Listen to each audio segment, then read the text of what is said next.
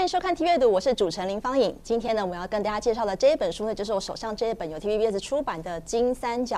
那《金三角》这本书呢，它是关于半导体还有地缘政治，从美国、台湾、中国的三角关系来探讨这方面的这个趋势哦。那今天我们很荣幸呢，邀请这个3位的这个共同的编辑的作者来到台湾来参加我们今天的访谈。We have 3 co-editors in our show, so I would like to introduce each of you. So first of all, Larry Diamond, the senior fellow at the Hoover Institution. Welcome. Thank you, Lenny. Okay, and the second is Admiral James Ellis. He's the retired 4-star admiral and former commander. Welcome. Thank you. Great to be here. Okay, and then the Orville Show, Arthur Rose, director of the Center on U.S.-China Relations at Asia Society. Welcome. Thanks. Semiconductor geopolitics are the hot topics in recent years, and so you co-edited this book, Silicon Triangle. It published last October in English version, and now we have the Chinese version published just recently. So I would like to know that why do you want to co-edit this book? Especially, it's called the Silicon Triangle. Yeah. So maybe Larry, you can. Well, we're facing an urgent and escalating economic and national security challenge in terms of whether we will be able to continue to get the secure supply of semiconductors that we need for everything we do to run our economy, to drive our technology, to innovate in artificial intelligence, to defend our nation, even to, at this point, in terms of the way semiconductors drive ordinary consumer goods, operate cars and refrigerators and all sorts of other things. And if that supply chain were to be disrupted, either at the level of the finished product or of the inputs and technology that go into the design and production of the semiconductors, it could be devastating to the American economy, the European economy, economies in Asia, and the stability of the world economy. So it's an economic and national security imperative to have secure semiconductor supply chains. Right. And I think also, Lenny, it's important to note that this was intended to be a collaborative partnership. In other words, with Taiwan. It's one of our guiding principles is how can we do this in a way that preserves Taiwan's self-governing democracy. It underpins continuing Taiwan's prosperity and our shared partnership, and also promotes stability in the Taiwan Straits. We want to work with global partners as participants in this effort to respond to the new vulnerabilities that are stemming from China's state-driven global semiconductor ambitions. So it was intended to be a collective effort. Right. So as we know, the Hoover institution has focused on the threats posed by China, and that's one of your core areas of research. And this book is focused on how the U.S. could strengthen the semiconductor supply chain and while protecting Taiwan's continued autonomy. So why Taiwan is so important in this Silicon Triangle? Well, because Taiwan has the most sophisticated and modernized manufacturing base of leading-edge semiconductors. So we suddenly find ourselves coming out of the world of globalization where everybody was connected to everybody. We didn't care what the governmental systems were. And so it occurred to the 3 of us that now that we're having increasingly a hostile relationship with China, that Taiwan gained a new kind of importance. You were the hub of the most sophisticated kind of fabbing of semiconductors. So we thought we really ought to look at this both in terms of how to protect that supply chain, as Larry has said, but equally as important, I think we all felt that Taiwan as a democracy was also worth protecting. But how to fit these 2 imperatives together was the challenge. Okay. So Larry, you want to? Well, I think it is very important to keep reiterating that the United States of America does not view Taiwan simply or even foremost as the lead producer of semiconductors in the world. It's also one of the most successful democracies in the world and a symbol of and inspiration for freedom in the world to many people, not least the 1.4 billion Chinese people who would like to live in more open societies. So we have an enduring moral and symbolic as well as strategic and economic underpinning of this relationship. And as Orville said, all of these things merge around this issue. And again, this was intended, as I said earlier, to be a collective and shared approach. We wanted to build a secure and resilient supply chain around our reliable partners. Up to now, we'd been comfortable allowing that to play out in the marketplace. Now, with China's disruption of those relationships, or attempted disruption, we saw an opportunity to reorganize those relationships in very, very positive ways that diminish and disperse the risks of supply chain disruption for us all, and seek, some realistic diversification as to where production might take place, to diminish the supply chain dependence on China, for example, which is something that we're very concerned about, and most importantly, to partner closely with Taiwan in the elements of semiconductor ecosystem that Taiwan does not currently do, including research and development and growth in the industry. And so it would enable, ideally, all of us to run faster, to run longer, and to compete better in this global society, even as Orville says, as we deglobalize to a certain extent without China being a participant. You just mentioned, because this report actually is written by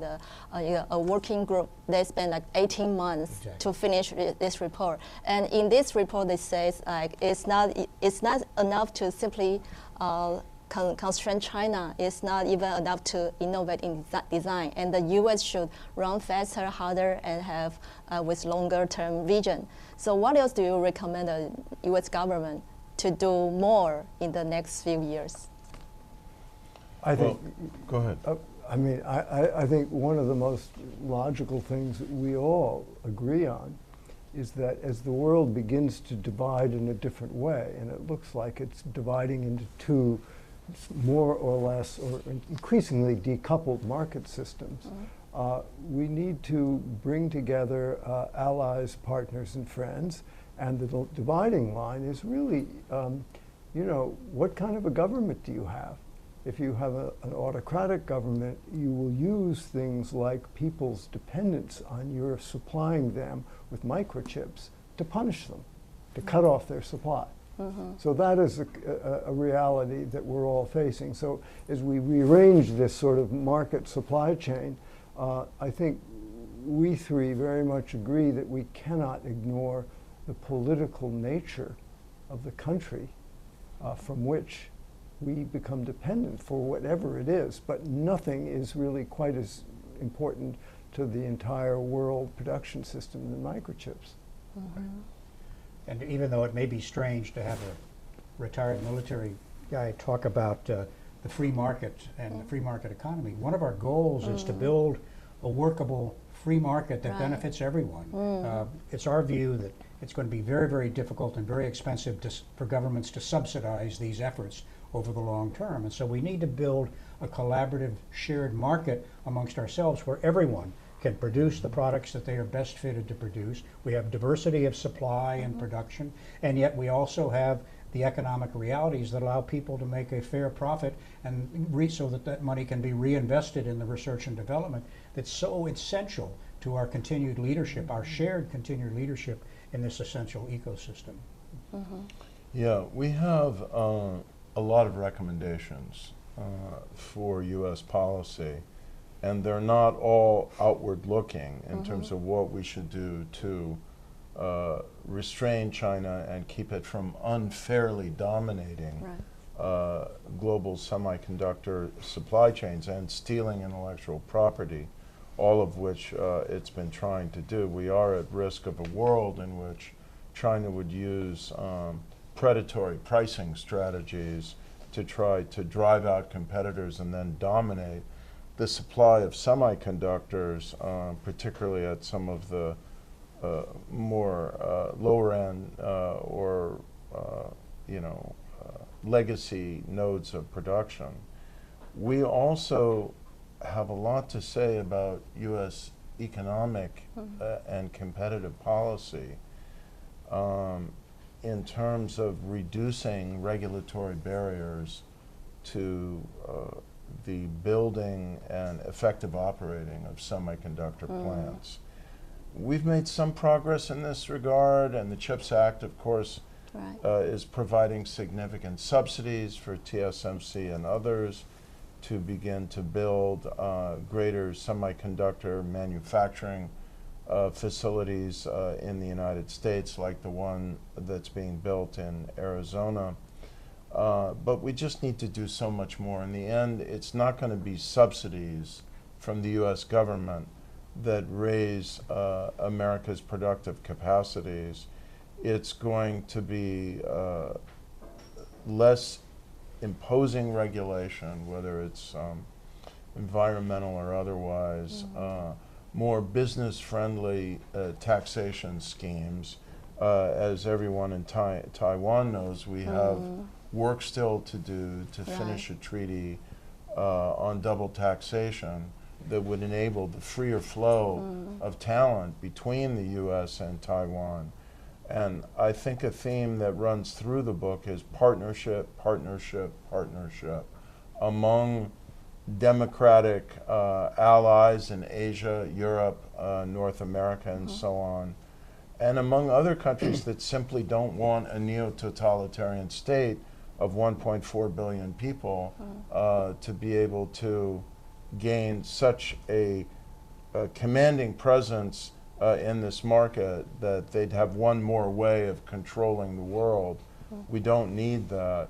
I might say as well, we have a lot of work to do in the United States to improve our STEM training and science, technology, and related fields, and make the United States more competitive again, generally. We have a few things I think we could learn from Taiwan in that regard. Yeah, thank you. Yeah, in this book, I know that you emphasize a lot of times that our U.S. should protect the Taiwan's democracy. And we know that you've come to Taiwan 2 years ago and met former President Tsai. And this morning, just this morning, you met President Lai. So what kind of suggestion did you have for him for the Taiwan's democracy and also cooperate with the U.S. government in the future? Well, one thing I should say in regard to people who live here on Taiwan is you, of course, hope and need American protection to deter China. Right. But we need something from you too, which is the technology of fabbing microchips. Yes. So there is something actually you are able to give back. And I think in my own view, and I'm curious to hear what Jim and Larry say, this doesn't diminish your silicon shield. Right. Some people think, oh, you build a fab in the United States, then China, you will weaken your ability to deter China. I think that's not true. I think by building your fabs in Europe and the United States, you build a closer partnership with people countries who will be more likely to come to your aid if you need it. Well, certainly we had a wonderful session with the president this morning, and obviously I'm not going to discuss the issues that were on the table, but I want to emphasize that we came to listen and to have a dialogue, and indeed that's what we found happening in his office this morning. He asked a lot of very insightful and perceptive questions about the situations globally, including the Ukraine conflict and in Gaza with the challenges that Israel is now facing dealing with Hamas and the like. And so we found him very aware of the the international environment in which Taiwan is a partner and a player in many economic and other dimensions. So there was a lot of conversations that we enjoyed very much. And as we said at the beginning, we come to listen and to learn as well. It's it would be very arrogant for us to describe both what we think the challenges are for Taiwan and what the solutions are. We need to hear from you what you think the highest priority issues are for the Taiwanese people, be they domestic or be they international, and what role can we as a think tank play in analyzing the options that then would be brought back to the Taiwanese people for their considered judgment and choices on how to move forward. It's not the position of the Hoover Institution, and I believe it's not the position of America to tell the Taiwanese people how to govern themselves. As Larry has fairly pointed out, you've been doing a magnificent job of that for a couple of decades now. Now I have a specific question for James. So we know that back in 1996, you served as Carrier Battle Group Commander and leading the contingency response operations in Taiwan Strait. So it has been 28 years. So what's your view on the changes in the cross-strait relations?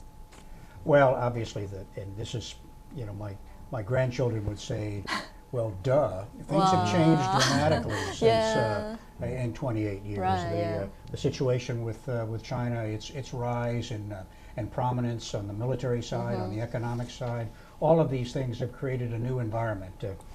This morning in our conversations, I quoted the American Indian saying that says, "You never cross the same river twice. The next time you cross it, it's a different river. It's flowed on." And China did change, but they didn't change in the direction, quite frankly, that we had hoped they would. And so we're now not in the collaborative, shared vision of a multi-national prosperous future. We're in more of an adversarial situation, and we have to deal with that reality. And so things have changed dramatically, clearly from a national security and an economic dimension. And those are the kinds of issues that we think there's value in bringing partners together in a more formal conversation and understanding of the economics, the things that make nations strong. It's not just military weapons. It's a strong, vibrant economy.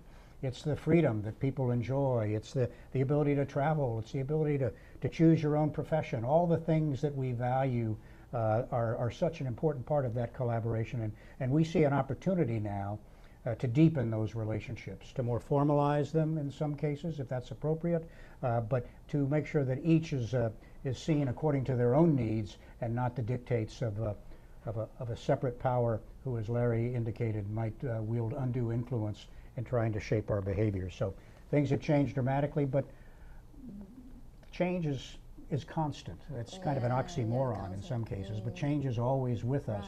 But I would say that the rate of change over the last decade has been truly remarkable in the situation that Taiwan now faces, the U.S. now faces in the Indo-Pacific with our like-minded partners, and we need to talk more openly about what an appropriate response would be to those changes and deal with those realities. Yeah, so the important thing is how we face the changes and how we deal with it, right? And we always say we want to maintain the status quo. And now, because this book is about the Silicon Triangle, so we wonder, what if the Silicon Triangle lost the balance? And maybe what could be the worst scenario? Well, I think in a sense, and my colleagues here will have a view as well, that we're already seeing a rebalancing within that triangle as we're attempting to reduce our dependence on China and their ability to influence those relationships in inappropriate ways, dominating markets or the like. And so that's the reason we're opening this more broadly and to a rebalancing, if you will, with like-minded partners, including especially Taiwan, but also including partners in Korea, partners in Japan, partners in the Netherlands, and all the other nations that are such an important part of this ecosystem that now defines the Silicon Triangle as we now talk about it. Right, yeah. So as you mentioned, from the U.S. perspective, they want to maintain the Silicon Triangle and also maybe turn this triangle into the polygon. Yeah, so how could the U.S. government to work with the allies to confront China? Maybe that's the the most important thing for maybe the next government, because the U.S. election is coming soon. So, yeah. I think we are beginning to work much better with Japan, with Korea, with Taiwan, Australia, India. The truth is that the changes in China that Xi Jinping has brought about has transformed the attitude towards all of these countries outside that were once willing to be dependent on China for supply chains. Now we're not. Engagement is ended. And we're now in a new world. An inflection point has taken place, and we're feeling our way towards a new policy of how do we protect those things that are important to us, whether it's a supply chain for microchips or whatever, or rare earths, or for democracy. Yeah. And I think those kinds of things are happening naturally, as I suspect Larry is about to say. I mean, we're seeing decisions being made by companies no longer to invest as heavily in China, for example, to look for other investment opportunities. No one is prohibiting them from doing that, but they see increased risk in dealing with a nation that's more unpredictable and more likely to exert undue influence or to seize properties and the like. And so that's a choice that they are making voluntarily. And so, as Orville has indicated, we're beginning to see that change happen naturally, which is arguably the best way to have it happen. Sometimes you need to give it a little bit of boost, as Larry has pointed out with the CHIPS Act and the Chips and Science Act and the like. But over the long term, this has to be natural, it has to be workable, it has to be affordable economically, and it has to contribute to the prosperity of all those that are a part of it. So maybe a way to conclude is to deconstruct the term polycon. What do you mean by that? And I think what can be meant by that is that there is an emerging structure, very deep, complex, evolving structure of partnerships among the democracies and open societies of the world that see not only their common values but their common interests in ensuring that they work together to share their technology, to cooperate with their own structuring of the supply chain to ensure that every element of that supply chain, from design and production to assembly and packaging and so on of these semiconductors, is secure from manipulation or sabotage or threat by an authoritarian power with intimidating ambition. And it's an old saw, but it's true. There is strength in alliances, there is strength in partnerships, and what most underlies those and sustains those is not just the common interest that we write in this book, but also our shared democracy, our shared commitment to economic and political freedom. And one of the important things, Lanny, to conclude is as you indicated, we began research 18 months before the book was published last year. It's now coming out this year, a year later. So the river has flowed by. Things have changed a bit, even in the Silicon Triangle ecosystem. And one of the reasons we've come back now 2 years later is to hear Taiwan's views on and their industry on the recommendations that we made here. What makes sense, what doesn't make sense. And so we want to continue to engage in this conversation. We want to continue to learn from those that are in the arena, creating this incredible technology and making it available to so much of the world. And how can we continue to move policies or propose policies for consideration that might allow our continued shared prosperity? Okay, so maybe this report is not the end. We will have to see. Maybe this is the first one. Maybe we have a second. 2.0. Yeah, 2.0. Yeah, right. Okay, so thank you very much for your time here. 所以我们今天节目就到这边喽。谢谢我们的3位专家跟我们一起来谈这本书。那我们今天节目到这边，那我们下次再见喽，拜拜。想看最完整的新闻内容，记得下载 Tvbs 新闻网 APP。